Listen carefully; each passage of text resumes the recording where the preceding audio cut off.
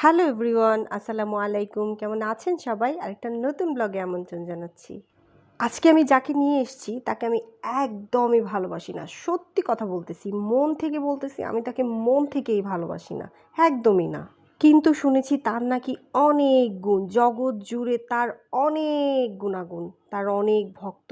আমার মতো ক্ষুদ্র প্রাণীর ভালোবাসায় না বাসায় তার কিচ্ছু এসে যায় না। আর তার নামটি কি জানেন? ডিম। আর আজকের রেসিপি ডিমের কোরমা। এই ডিমের কোরমা আপনার মেহমানদারিকে নিয়ে যাবে অন্য একটা লেভেলে। আরে হ্যাঁ ভাই, আমি জানি এই রান্না জানে না এমন কোনো মানুষ নাই, সবাই করতে পারে। তারপরও আমি কিভাবে করি সেটা শেয়ার করছি। আপনাদের ভালো লাগতে পারে, যদি ভালো লেগে থাকে তাহলে একটা লাইক দিয়ে দিন, কমেন্ট করেন অ্যান্ড চ্যানেলটা সাবস্ক্রাইব করে দিন। আর ডিমের কোরমা রান্না করা খুবই সহজ একটা ব্যাপার। আদা রসুন পেঁয়াজ সব কিছু বেটে এটার মধ্যে দিয়ে দিবেন। পেঁয়াজ বেরেস্তা করে নেবেন, আগে থেকে সেদ্ধ করে নেবেন ডিমগুলা ছিলে ভালো করে একদম সুন্দর করে ভেজে নেবেন, ব্রাউন ব্রাউন করে ভেজে নেবেন। তারপরে পেঁয়াজ রসুন গোটা গরম মশলা এগুলো সব কিছু একটু ভাজা ভাজা করে নেবেন ভালো করে। যখন তেলটা ছেড়ে দিবে তখন টক দই দিয়ে দিবেন। আমি টক দইয়ের সাথে একটুখানি টমেটো কেচাপ দিয়েছিলাম, এতে করে টেস্টটা আর একটু এনহ্যান্স করবে, খেতে ভালো লাগে, দিয়ে দেখেন। আরে ভাই তারপর আর কি, এগুলো বলা লাগে? আমি তো জানি আপনারা জানেন। আচ্ছা যান, তারপরে একটু বলে দিচ্ছি।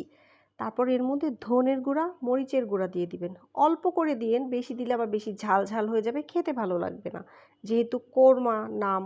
আর মরিচের গুঁড়াটা দেওয়ার কারণ হচ্ছে এটা যেন একটুখানি হালকা ঝাল হয় আর একটু কালারটা সুন্দর হয়। তারপর ডিমগুলো দিয়ে একটু নাড়াচাড়া করে নেবেন, মানে একটু কষিয়ে নেবেন আর কি। ডিমের মধ্যে তো আর তেমন কিছু ঢুকবে না খুব একটা, তারপর একটু কষিয়ে নেবেন ভালো করে। কষানো যখন হয়ে যাবে সেই পর্যায়ে গিয়ে 1 কাপ পরিমাণ দুধ দিয়ে দিবেন, যে কোনো রকমের দুধ দিতে পারেন। আমি এখানে প্যাকেটের দুধ দিয়েছিলাম 1 কাপ পরিমাণ। হালকা কুসুম গরম পানিতে দুধটা গুলিয়ে তারপরে দিয়েছিলাম। আর কিছু করার নাই, বুঝছেন? উনি হইতে থাকুক, আপনি কোথাও চলে যান, হারায় যায়েন না, হারায় গেলে কিন্তু উনি পুড়ে যাবে।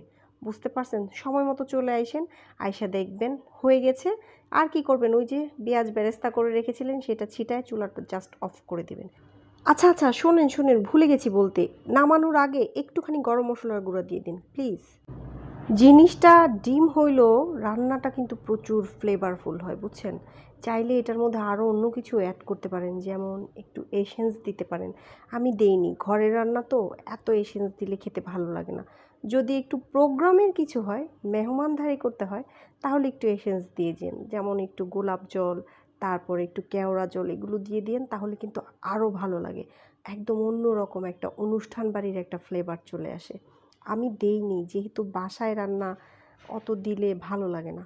যাই হোক আপনারা দিয়েন। ডিম একদমই আমার পছন্দের খাবার না, আমার ভালোই লাগে না। ডিমকে আপনি যেভাবেই দেন না কেন আমার কিন্তু তাকে খেতে ভালোই লাগে না, আমি তাকে ভালোই বাসি না।